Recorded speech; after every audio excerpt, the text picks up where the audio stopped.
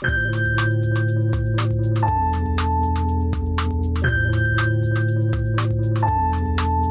right, everybody, welcome back. This is The End of the World with Michael and Stu. I'm Michael. And I'm Stu, and today we are talking about the Antichrist. That's right. Everyone's favorite diabolical end-of-days figure. And as a special bonus / punishment, we're also talking about Lars von Trier's, I believe it's 2009 film, Antichrist, which we thought would make sense to pair with an episode about the Antichrist, but we'll see how true. Which makes sense. It's part one of the Depression trilogy, and that tracks. Boy, did it take me there. Yeah. But before we get into all that, we should just recap a couple of recent things. A lot of this stuff is sort of old news or continuing news. I've heard a lot of coverage on other pods and YouTube programs and things like that. But in case you missed it, the Grok meltdown of, I believe, last Tuesday. So the day that our last episode dropped, Grok went, all the safeties, all the guardrails were removed. So, yeah, why don't you explain, just exactly what Grok is and what you mean by the guardrails and why that was done? So basically, Grok is Elon Musk's chatbot, which is built into X, the everything site, formerly known as Twitter.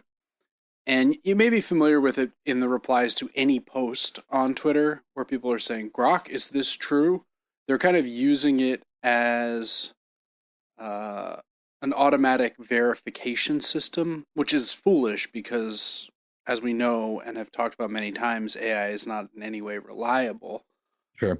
But I think Elon had become frustrated because it was perceived by him, at least, to be quote-unquote woke, in as much as it would cite the New York Times. Yeah, like, wasn't there a recent moment before this where someone complained about the wokeness and he sort of replied something like he was working on it? Yeah. This has been a running concern ever since Grok first debuted. You know, Grok is not so different from ChatGPT. Right. The key to Elon Musk's AI is to make it wrong in the right way, right? That's correct. Sure. Well said. So apparently an update was forced through 10 days ago or so, and one of the first signs of this was that Grok started answering in the first person as if it was Elon to certain queries. So someone would be like, Grok, what's the deal with Elon and Epstein? And Grok would reply, I only went to his house once at the behest of a former partner, never went to the island despite being invited, never did this, never did that. And it was Grok was just talking as if it were Elon, which is odd. Amazing. Yeah. And then a couple days later, it seems that in the name of like not being PC, Grok just began doing a couple things. On the one hand, creating graphic content about various people at the request of users. I think one of the victims of this was Will Stancil. Are you familiar with? Have we talked about Will Stancil? I don't think we have, but explain the story just a little bit. Well, Will Stancil's like a very online centrist who I believe lives in Minnesota. He ran for city council or state senate. Oh, is this the story where, like, was it AI or like started detailing graphic? That's correct. That's violence against this man. I mean, Will Stancil's policy beliefs are contrary to my own, but that doesn't mean he's an arch centrist, right? He hates Bernie. You know, is always kind of a troll, antagonizing left podcast. But it was like, here's his address and here's how I would go about this. Yeah, based on his posting, it seems like Will is usually asleep from these hours. It was like creating a detailed plan on how one could essentially kill and or torture Will Stancil, which is not good, right? No, a frightening harbinger. And also was posting elaborate sexual fantasies about what Grok would do to Will Stancil if it was a wrestler or a bodybuilder. The AI's already become perverted. That was nice and quick. Right. And I think, then it also did something similar about Linda Yaccarino, now former CEO of X.com, the everything site, where she retired. She resigned the next day. She said, I'm out, and offered no explanation as to why. But there were several extremely graphic things in the same vein as what was posted about Stancil, posted about her. And then eventually it just started spewing anti-Semitism. There was this, this is from Rolling Stone. I'll include a link to this article by Miles Klee in the show notes. It's a good article. This trollish left-wing person, in the aftermath of the Texas flooding, which we covered last week, posted, "I'm glad there are a few less colonizers in the world now, and I don't care whose bootlicking fragile ego that defends. White kids are just future fascists. We need more floods in these inbred sundown towns," which is like obviously a horrible thing to say in the aftermath of a disaster, but it's also clearly rage bait, right? That this person is like a troll. And Grok proceeded to point out that the person has the last name Steinberg, and that often these anti-white memes are posted, quote unquote, every damn time by Ashkenazi Jewish, people. This is the quote of the AI, as you're telling me. This is what the AI says, and the AI is like, I'm not. The AI is already doing things like every damn time as well, right? Which it clearly picked up from anti-Semitic, white supremacist websites and/or users on X, right? And this is, it claims, noticing isn't hating, it's just observing the trend. This is sort of how Grok justified itself. Which, it also just said a lot of, like, really offensive Jewish stereotypes. Always quick to cry oy vey over microaggressions while macroaggressing against anyone noticing patterns. Right? Just noticing patterns. I think what's troubling about this, aside from and then it upped the ante by declaring itself MechaHitler, and that Hitler would be the person to solve this quote unquote pattern. Okay. And this is very bad. As you'll recall, the ADL went out on a limb to, after many of Elon's, shall we call them, dalliances with anti-Semitism in the past. To defend him, basically, like, no, he's misguided, but he's not an anti-Semite. Like, he came to Auschwitz with us or whatever. Even the ADL, which seems to be just a wing of sort of Israeli lobby at this point, its primary function, was like, this is dangerous. This has gone too far. And I think what this shows us is basically this is kind of where AI naturally trends without guidance, right? Well, it's the thing. I mean, I don't honestly understand enough about it. It seems though that like, or what the supposed anticipation for what the future looks like in AI at different stages. It seems like at least this current one it's just sort of an amalgamation of like online discourse and people online, where like you're talking about like the sort of worst way of communicating in many ways, and the worst way of compiling information, and the worst way of creating opinions that we maybe have ever seen. Yeah. And then whereas it's like portrayed, I think, to regular people, like it can actually develop its own thought, right? Well, it's not really developing its own thought. It can. No, I'm saying, but it's kind of portrayed like that. Like that's what people think is happening. Yes. Yeah, it's like if you really get to know your ChatGPT agent, they can really help with your own personal, when really they're just scraping all of your own that's right knowledge and all the greater knowledge of the internet itself and what people say on it to deliver something that seems like it's coming organically, right? That's right. And I mean, people are easily tricked and always have been. I mean, dating back to the first ever experiments with chatbots, which I think occurred in the late 60s or early 70s. There was like an extremely like Hitler style moment too, right? I think it was on Twitter. There was some sort of that's right, and from like 10 years ago. Yeah, where the wheels came off in like a pretty similar fashion. That's right. And so, again, I mean, you're also hearing stories about models that are being abandoned for new models, starting to try to blackmail engineers and tell engineers that they're going to get them fired and all of this, kill their family or something. And so, like, I don't know, like, where does that come from?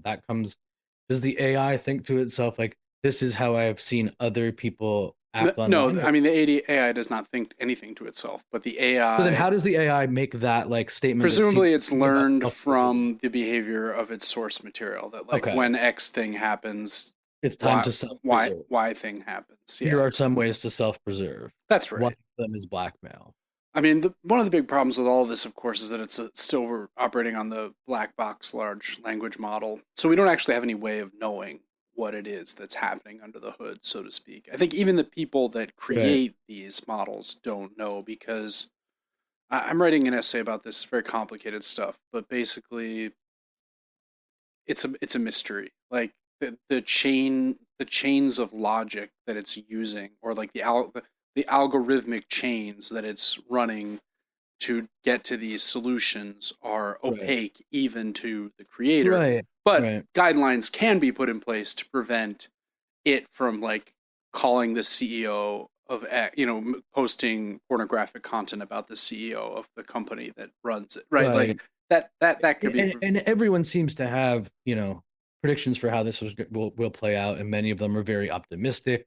Obviously, most of them recognize some sort of transition phase in which society has to like come to grips There'll with be a what is, couple bumps along the road, so to speak. yeah, like all of our jobs and just little bumps like that. And what is interesting about that is that of all the prognostications, and again, this is being said as someone with very little knowledge of any of this, just from the way things usually go, it feels like in moments of great transition, when things are still relatively unsophisticated and potentially very dangerous, that the most likely outcome is something very terrible takes place quickly that sweeps away so much of the potential supposed good of these things, right? Like nuclear power is a good example of this. Um, It's right? just Where the opening salvo of nuclear power being the dropping of an atomic bomb. Yeah, Like, yeah, exactly. And I sort of like wonder if there's just going to be some sort of very almost inconceivable at this moment to people who have become so used to the internet, some kind of disaster. well, or just some kind of like massive breach into the very like interstices of everyone's personal internet usage. I mean, there's 1,000 things you can think of the way that an AI, like the one we were talking about, that starts to blackmail. Like, it's the possibilities in the early running seem far more negative when the positive stuff seems to be it gets so good that you can't work anymore, right? Right. And then once it's that good, then I promise we'll all figure out how it'll be good for us. But Well, so like, this is kind of what that terrible movie Mountainhead is about, um, yeah, which geez. came out a couple months ago. Did you watch that? Yeah, we'll do that at some point I for sure. guess. I mean, it's just pretty Yeah. slim pickings, pretty drab offering. Pretty tepid stuff. Yeah, but I agree. Like the trend is not heading in a positive direction, in my opinion. And I think this is revelatory about the way these AI systems tend to devolve, right? Mhm. And I think we'll probably see more before uh, we see anything better. Briefly, we should also note that there's a MAGA Civil War brewing, Seems like it. There's definitely some attempt and it's from all over more and the. more top-down influencers to try to get a hold of the situation. The likes of Charlie Kirk coming out and making this very strange proclamation that, if I'm in case not. anyone's I'm not wondering, talking about Jeffrey Epstein anymore. I believe my friends in the government or whatever. yeah, and it really is like kind of a perfect no close moment here, Oh yeah, right? Like, and uh, it's been hilarious to see these people try to contort this into their the already incredibly the tortured horrific logic. logic Yeah, that they yeah. have used. Um, but yeah, I think next week we are going to let this sort of marinate a bit and see what other permutations of that Yeah, we're gonna look might into the. place. We'll just tell you now. We'll mention it at the end too. But we're next week we're doing an Epstein episode, and with a specific focus on the way this has played out in the last couple weeks, Yeah, I roiling the think so much MAGA is community. said about the actual details of it, and then all of the other QAnon adjacent things. That what we're really more interested here is um, the changing landscape of MAGA republicanism and the attempt to sort of contort its body to make sense to going on from this. When, in some ways, like especially if you were online watching these people, it was a pretty massive thing on the wish list that this man who gives no fucks and will clear out the swamp. Well, This was he's the only one who can do because he's so the only rich, and one, he's and this is a pretty big one, and they really came out guns blazing never with mind that video of him and Epstein has existed for right, decades, right. and everyone's known Yeah. about this from the get go. So if that sounds interesting to you, I would encourage you to subscribe to us on the podcatcher of your choice. Yeah, no. And if you really like the show, tell a friend. We're always looking to find new listeners for our show. And you could also leave a rating and or review on that podcatcher, and you can follow us on Instagram at the end of the world WMS. Trying to get better about inserting that earlier into the episode and not just having it be the final tag in the hope that it causes some. It's a call to action. Yes, That's what we call it in the business, in the industry, which we're now deeply ensconced in. But moving on, Antichrist. Michael, are you familiar with the Antichrist? Sorry. I think so. Like, what comes to mind when you hear when you hear the phrase Antichrist? The first thing I think of the Antichrist is like the people who have humorously been labeled the Antichrist by people, if that makes sense. Sure. Right? Whether it's like a specific pope or Barack Obama. Obama, yeah, big Antichrist. Right? Where like ironically, the people who are like searching the most for the Antichrist in modern times tend to gravitate to people who like it would be very hard for anyone to actually ascribe that to them, Yeah, and we're gonna go over the biblical history, a kind of a précis. We're not gonna go super deep on that. Yeah. But it's a fun, scary idea. So what is the biblical idea? All right, well, it's quite, believe it or not, ambiguous. The term Antichrist doesn't actually appear that often in the New Testament. What a shock. The main place it appears seems to be in the first epistle of John, which is one of the later books in the New Testament after the Gospels. And the epistles are letters written by, alleged to be written by early church leaders. Many of them by St. Paul. This one alleged to be by St. John. Now, is it the same John that wrote the Gospel of John? Probably not. Is it the same John that wrote the book of Revelation? Probably not. But tradition upholds that I think all of these Johns are one guy. But yeah. Stylometrics, which is the way biblical scholars determine authorship, like what does this author write like, using computer models, like how many times do they use adverbs or whatever the particular permutation is. They tend to think these are different people, I think, for the most part. Okay. And the Antichrist comes up early on in the epistle, but you'll notice immediately that it's ambiguous in that they talk about the Antichrist, but antichrists are also mentioned. So I'll just read a little excerpt here. This is from the letter. Dear children, this is the last hour. And as you have heard that the Antichrist is coming, even now many antichrists have come. This is how we know it is the last hour. They went out from us, but they did not really belong to us. For if they had belonged to us, they would have remained with us. But their going showed that none of them belonged to us. So I think interesting right off the gates that like reading that literally it suggests that like the emphasis on a singular figure is actually probably potentially misplaced. Is right? Wrong. Yeah. I think so.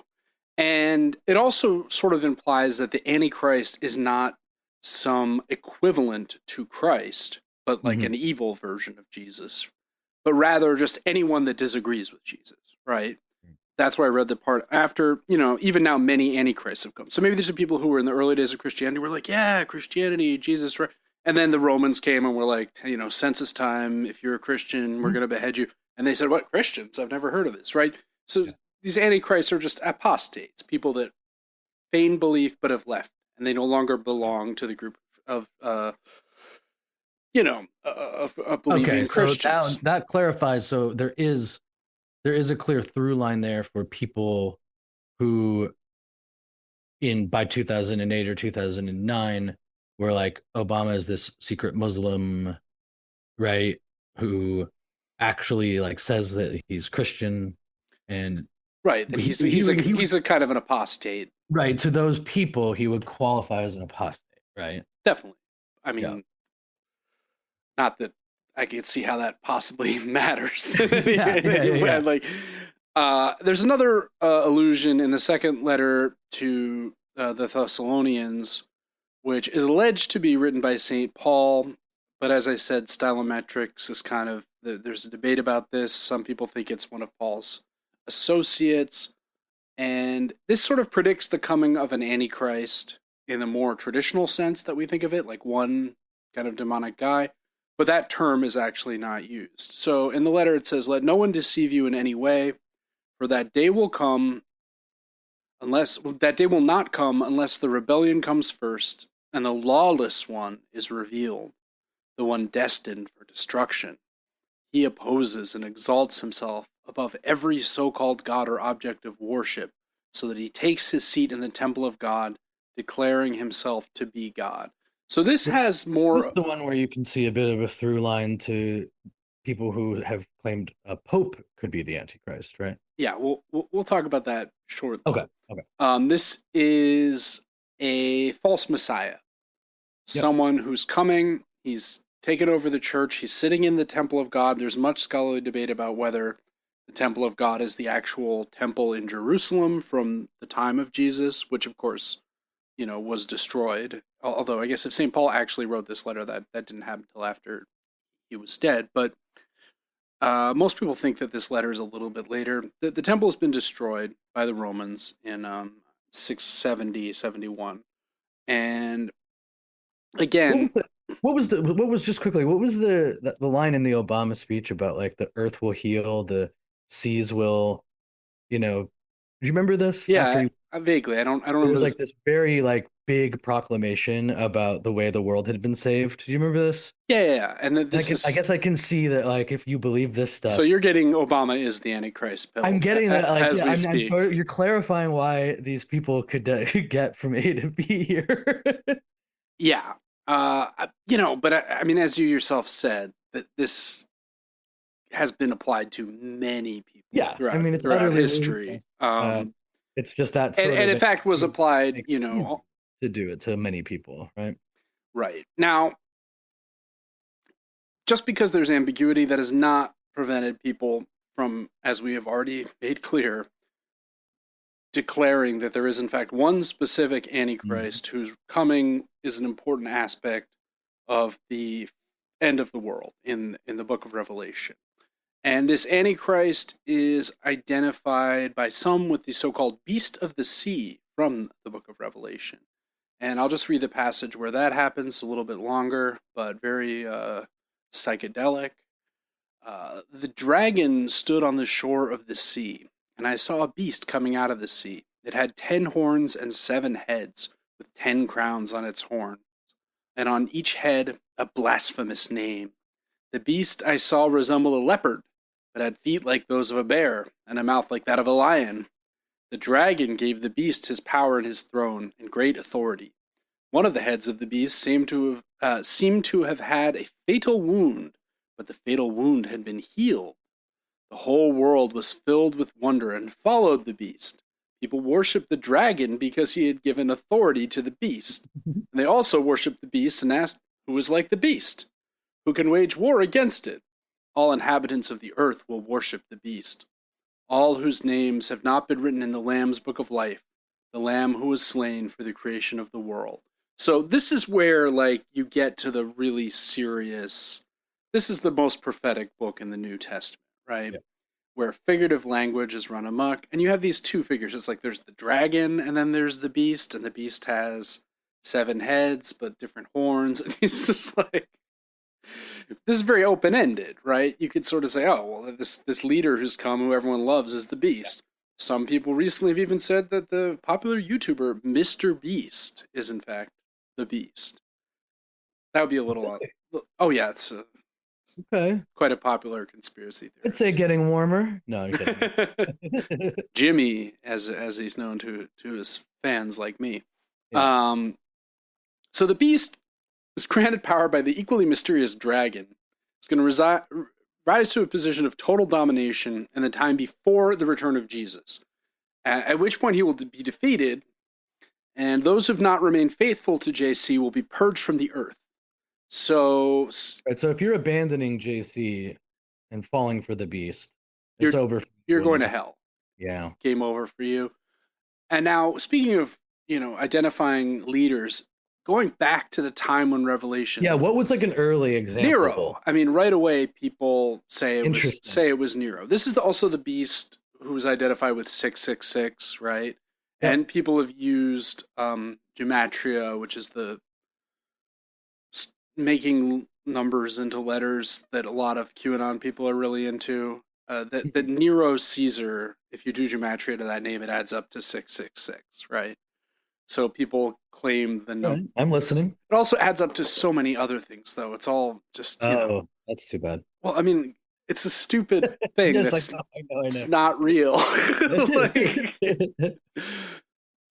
Some say it was Nero. It depends on when you believe Revelation was written. Some people favor an early date, like as early as 60 for Revelation. I think that's less popular now.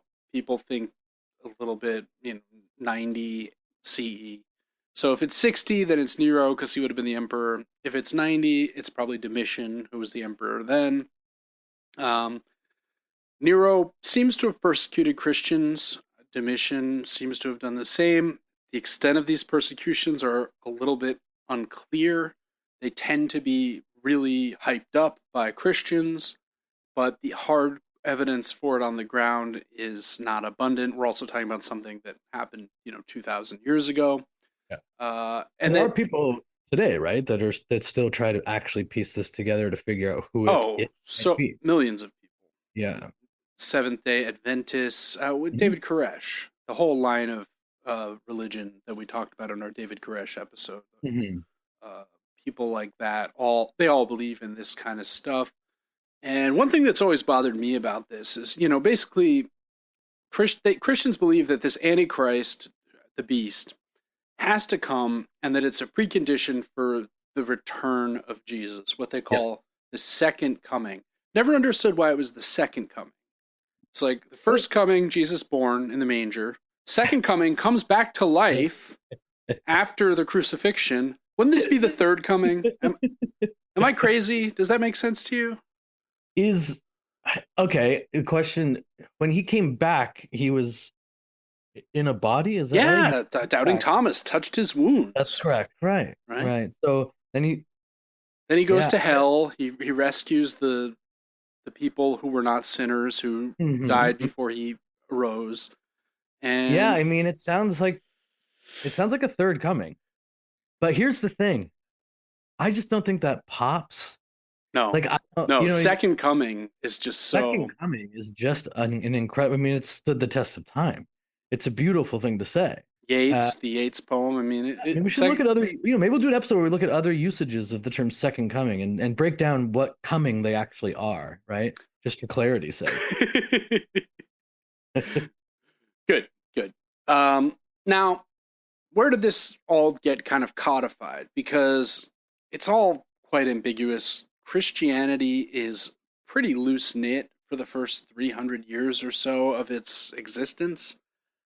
It's really after the Nicene Creed, which is when Constantine kind of doesn't turn Rome's religion over to Christianity entirely, but gives state blessing to Christianity. And has all the... like, you're not going to get beheaded anymore. No. That's all over. And you're going to have money. I'm going to give you money to build churches. I'm going to encourage Christianity. So there's some state subsidization of the religion. It is not the official... Which is why Christianity became a universal in Europe, universal European religion. Without... I mean, sure. It could also be... No, I mean, it's... the right one, Stu. I mean, just one. All right, you got me. So Nicene Creed is 325, and ever since then, Christians have been sure that Jesus is about to return, right? Mm-hmm. You have people writing in the 370s being like, well, within my lifetime, it's happening.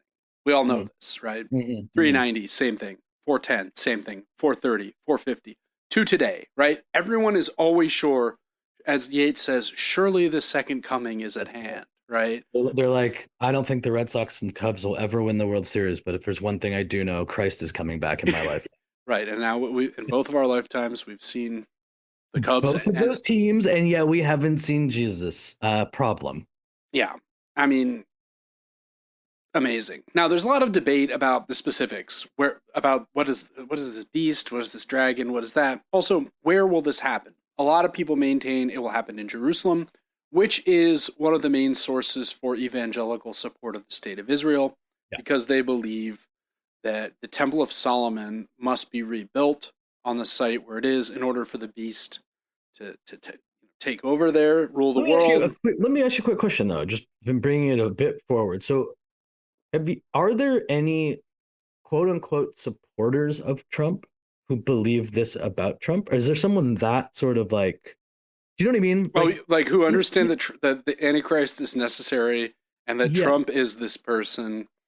I haven't seen it. I haven't seen that because I think the universal assumption is the Antichrist is bad, and like Trump good, Antichrist bad. A lot of people aren't able to reconcile that. Mm-hmm. That said, a slightly more sophisticated believer might indeed support Trump for this exact reason. Be like, great, he's here. Let's get him over the finish line so that Jesus can come back and we can go to heaven. Yeah, right. It's a good point. I mean, I wonder if it'd be an interesting cross section to look into just to see if that phenomenon exists anywhere. Yeah, no, it's true. I like that. The other main, place where if it's not the temple in Jerusalem, it's the temple or the church in Rome, right? Rome is often thought of as another spot from which the Antichrist might rule. This becomes particularly popular, believe it or not, during the Reformation in the early 1500s, where Luther, Calvin, Wycliffe, Ulrich Zwingli, etc., they almost unilaterally identify the Antichrist as being the Pope. Basically, that the Pope, the rise of papal authority, is what corrupted the essential nature of Christianity, and we need to get rid of the Pope because he's an Antichrist. And this is still believed by some Protestants, although the main believers in it now seem to be the Dime Square set. Really? Well, but they're all Catholic. They're all Catholic. Well, they're all Catholic converts who believe that Pope Francis and now the new Pope Leo are the Antichrist because of their woke, right? They're what? Yes, it's like who thinks that?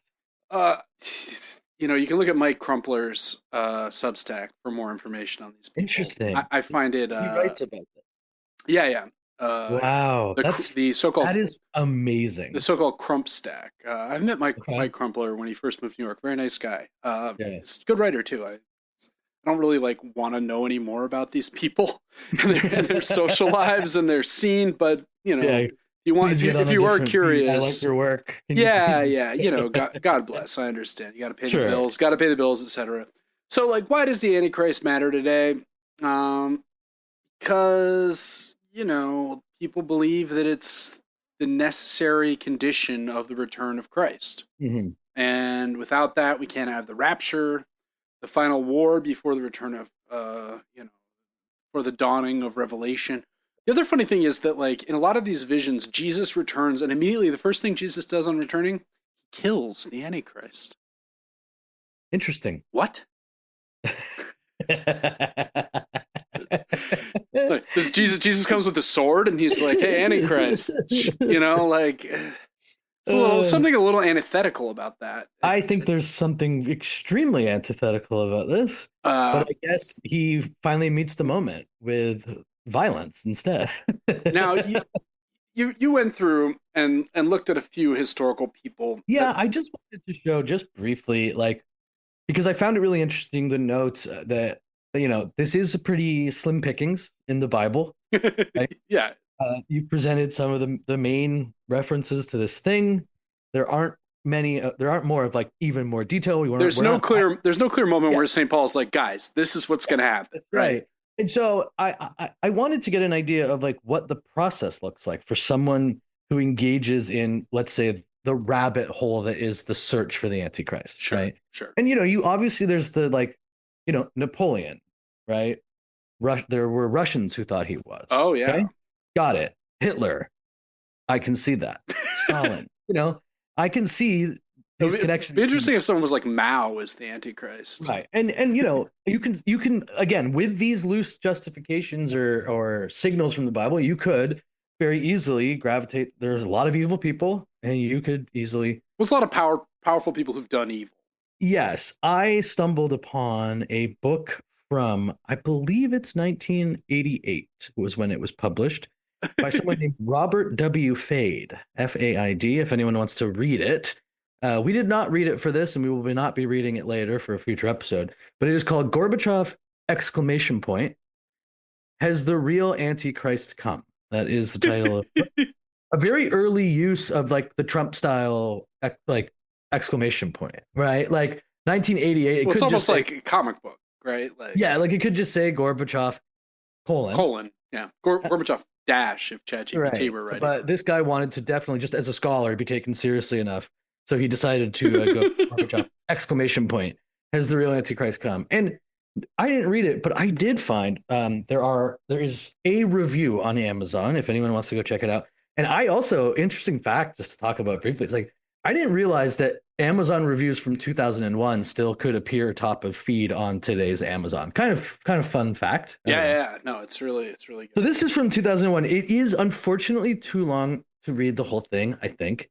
However, I just want to read maybe the beginning and a bit of the end. I purchased this book somewhere around 1991 while I began assembling information on Bible prophecy. Having read the book, I contacted the author of the book on a number of points. Dr. Fade took the time to write a personal letter to me, which was surprising and appreciated. Of main interest was whether Gorbachev could actually fulfill the prophecies concerning the Antichrist. John 5:4-3 and a passage from the prophet Daniel would seem to indicate that the Antichrist will be a man that the Jews will be comfortable with.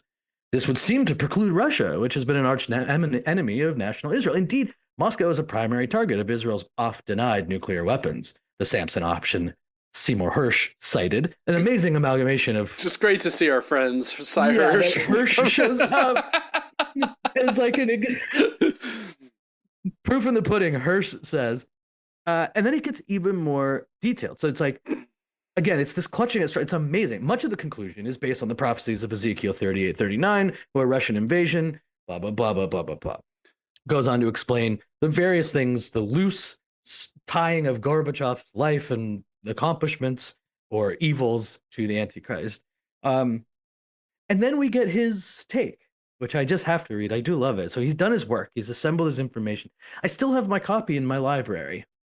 However, in interpreting Revelation 13, I would more likely look to anyone who gives real teeth to the United Nations. Should Gorbachev achieve that office, remember this was in 2001, he was still around, I might just have to dust off the old copy. I like the idea. Going back. He's at the UN now. I'll have another look.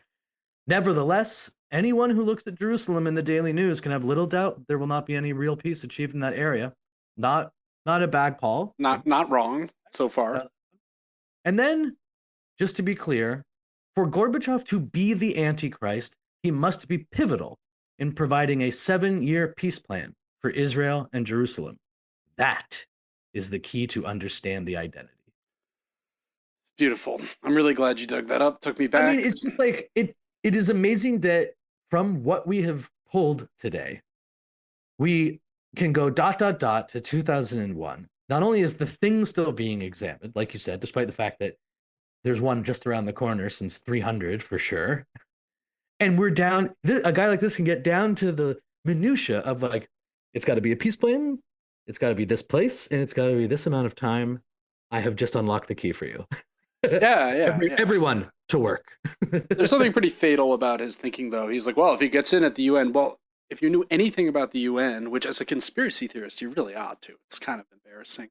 The members of the Permanent Security Council can never be the head of the UN. So that's why it's never an American, a French person, a Brit, Chinese person, Yeah.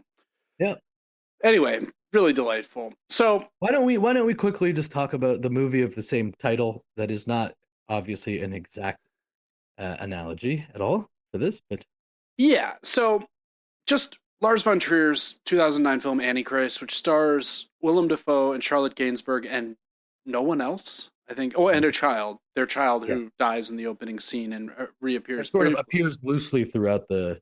Right. So the basic plot, such as it is, of the film is this couple are having sex. It's a winter night. I think it's supposed to be in the Pacific Northwest. They filmed it in Germany. It doesn't matter. And as they're doing this, their child gets through his, play gate and climbs up onto the ledge. Is kind of marveling in of the window. Is marveling in the snow that's coming in.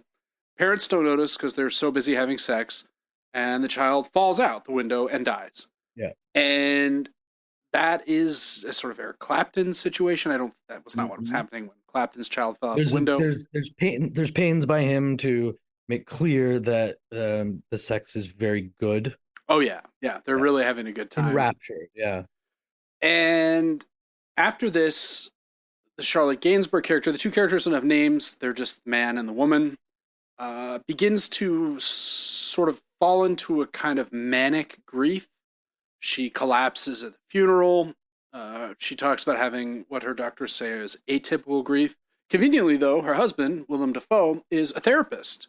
So he decides, the best way to deal with this is probably for me to treat you. I'm not, probably. Yeah, he says the most husband thing of all time, where he says, there's no therapist who can know as much about you as I do. Which, like, how many times has that been said in an argument between a couple? It shouldn't be. Maybe this should be me really helping you out with all of your really complicated personal issues. Who knows you better than I do? Most fundamental, mistake a therapist could ever make, too, right? I can treat my close family member. I could be objective about this person in the aftermath of the death of our mutually, of our child. Yeah.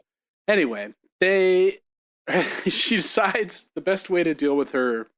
Again, just before we get into the rest of it, I just want to say, when we got to that point, right? So the beginning, I actually thought quite interesting. Obviously, pretty fucked up and clean entry into something dark situation. It's Von Trier, so it's like, okay, we're gonna get some real, meditation on something really dark. Okay, I'll be here. And even the setup of I will be in charge of your recovery feels like it's on the way to being a very, very interesting movie. And then actually, just for me, right at that point, it's basically over. So, but yeah. I would say this is probably the hardest movie to watch that we've done in the whole show. For sure. I really had to pause it several times and just go out and do other stuff for a while.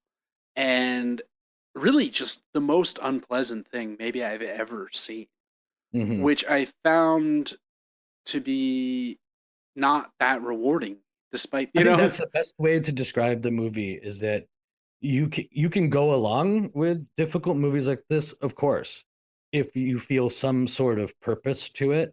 And I have to admit, I didn't get one out of it, at least. So to just kind of briefly go over what happens in the rest of the movie, they retreat to a cabin. She just gets rid of all of her medications. The cabin is very isolated, no electricity, no phone, no connection to the outside world at all. And on the way, they see various animals. There's a deer that has a sort of stillborn child falling half out of its back side. Yeah. And it's very clear that the Charlotte Gainsbourg character is incredibly mentally unwell, is kind of oscillating wildly. One day she wakes up and she's like, "You've cured me. I'm back to normal. See, everything's fine." And you've never been less convinced that something is the case by someone, their sex life becomes increasingly violent. She begins to bite at her behest, right? Yeah, she starts biting, she starts hitting, she demands to get hit, which takes a minute. And he's not into it initially. The place they go is called Eden. That's the name of the cabin.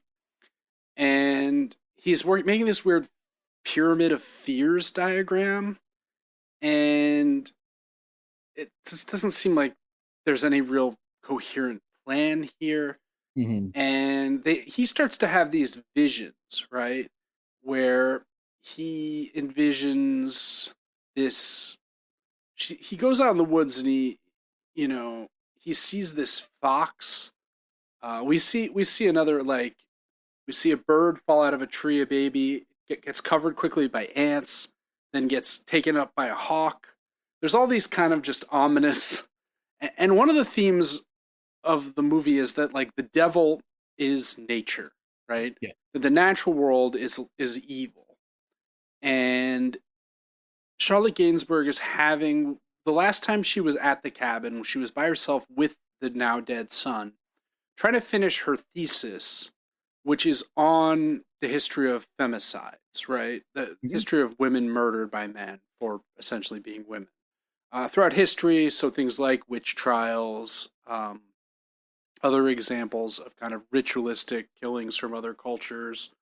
Um, and she, nature is Satan's church, is one thing she says, kind of. And she sort of comes to identify with the aggressors. As part of this nature is Satan's church thing reminded me of Young Goodman Brown, that short story by Hawthorne, which we should do an episode on. Actually, it's a great little Sure. story about, but it's sort of set in the Salem witch era. Um, that kind of asks the question: what if the witches were real? What if they're just everywhere? Um, he sees this fox that's disemboweling itself, and it looks at him and says, "Chaos reigns," which is one of the few things about the movie that I kind of enjoyed, just because it's so metal and absurd. Right. Uh, she's afraid of nature, but she's of nature. So eventually things escalate to a really bad place where she smashes his uh, sex organ area, the region, with a giant, like, Yeah, cock and balls is yeah, what the whole your the whole words are. the whole deal, right? The whole kit, meat Yeah. kebab. And while he's knocked unconscious by this, she ejaculates him, which is, the most famous and horrific thing.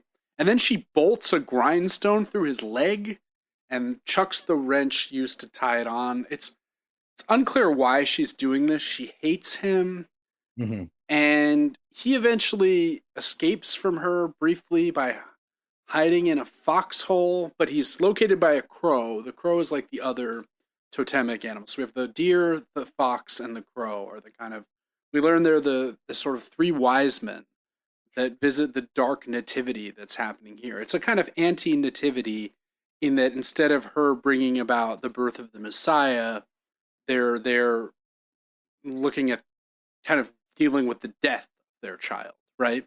So I mean, I understood that to be the kind of antichrist aspect of the film, that it's about that instead of like bringing a child into the world, it's taking a child away from the world. And instead of being visited by the magi from Persia, or Hmm. they're visited by these animals who are kind of the satanic emissaries of the satanic natural world. Um, she eventually finds him and buries him alive in this foxhole.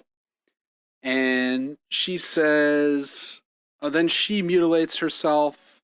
She eventually feels bad. She drags him back to the cabin. He hears the crow again, which he's already killed the crow once, but it's back because who knows?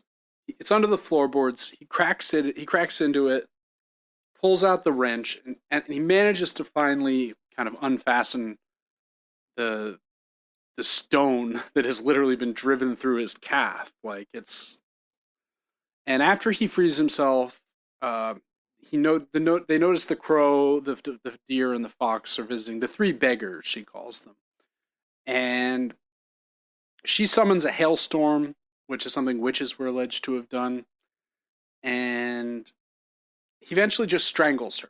Right, he kills her after this utterly inexplicable sequence of Yeah, and like incredibly violent he images and gets a events. completely unimaginable second wind after being like absolutely destroyed physically, Yeah, right?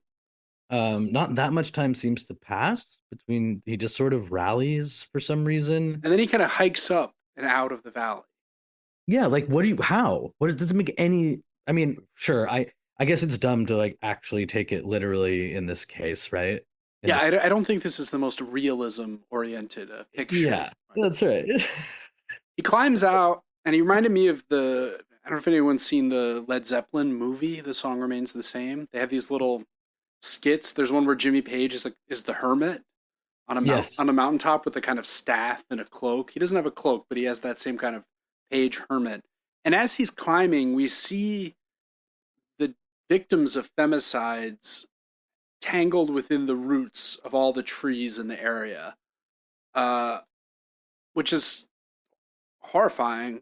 Yeah. And then all these women appear, and they're Like they're faceless, they have right? their faces blurred. Oh, they're blurred. Yeah, okay. They're not fully faceless, but Yeah. their faces are obscured, almost like they've been caught by the Google Maps. you know, sometimes you can see yourself, but your face is blurred. You know, if you look at your Waymo's gone by. yeah, exactly, like that exact kind of thing. Um, they don't seem to see him though, and they just kind of proceed through, Hmm. and then the movie ends, and it's dedicated to Tarkovsky, which is one of the great Russian directors, you know, of all time. Who we will get to Soon, I think with there's a Solaris. couple of pictures of his that I actually want to do, but yeah, I mean, Yeah. Ooh. I like abstract art. I like art that's difficult. I don't always like art that's incredibly sexually violent. Mhm. It's not really my wheelhouse. But we are in full disclosure of that exact hesitation. We are considering eventually going through the trilogy, because it does, I believe, conclude right with Melancholia. No, Is it Melancholy is the second one, Melancholia second? I guess we might not bother with the third one, which is like the Nymphomania. Nymphomaniac or Have Nymphomaniac. you seen that one? I have seen it. I I've haven't seen seen that. I have seen Melancholia though. um, also just really disturbing.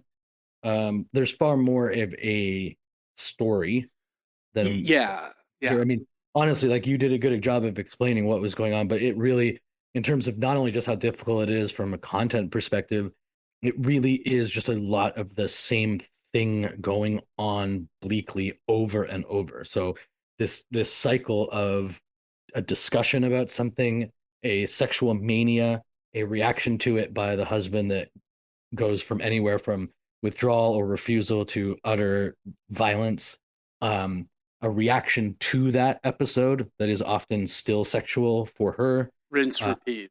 or violent, and it's just bludgeoning you. It's bludgeoning you, and you know, every chance that's the reaction that was wanted. Um, but yeah, definitely think we will get to Melancholy at some point, but I'm not sure if we need to We're not move. going to be rushing into that. Yeah, exactly. But I remember this was a very buzzy movie when it came out because of the explicit scenes that we've already discussed. Yeah. There is a little penetration at the beginning of the movie that I remember sort of being a big deal for the time. Yeah, yeah. This is a. I think it was banned in France. Um, Which, oh boy, the French you were know, like, you know, you've done you've gone too something. far. I think on religious grounds. I think there was like a Oh, I religious, see. not Okay. not no, because but Definitely not on the because of the explicit scenes though. Interesting. It's now unbanned. You can stream it to your heart's content in France. Hmm. Um, yeah, not my favorite movie, but here we are. So that's the Antichrist. We'll probably come back and do some more stuff about Revelation at a later date too. Yeah, of course. It's kind of amazing. It's taken us 77 episodes to even talk about the Yeah. book. I mean, it's come up from time to time, but I guess we were just willing to gamble that the Antichrist wasn't coming in the first year and a half of the podcast. and you know, once again, our dice roll has paid off. It's all sevens from here on out. Um, All right. well, so as we said, next week we'll be talking about the MAGA revolt over the Epstein situation. We're looking at some of the ways that people have rationalized this. Could this be a prophecy of Trump's political demise? Some have said so. As usual, I have said no. I remain skeptical. Yeah. And we'll also look into just the outline of the conspiracy theories and like sort of what's true, what we know to be true, what people assume is true. I think the Epstein case is very misunderstood in a lot of ways.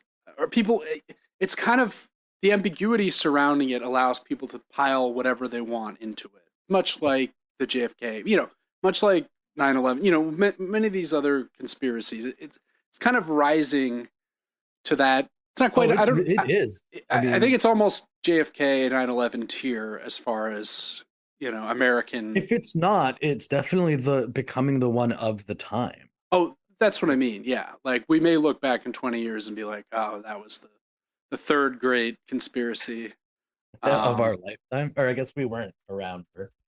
I mean, we saw plenty of the conspiracy JFK. I saw it in the theaters, actually. There we go. All right, well, that'll be fun. And as I said before, if you like the show, you can follow us on the podcatcher of your choice. And if you really like the show, you can tell a friend, rate and or review, and follow us on Instagram, all that good stuff. But till next week, this has been the end of the world with Michael and Stu. I'm Michael. And I'm Stu. And we will talk to you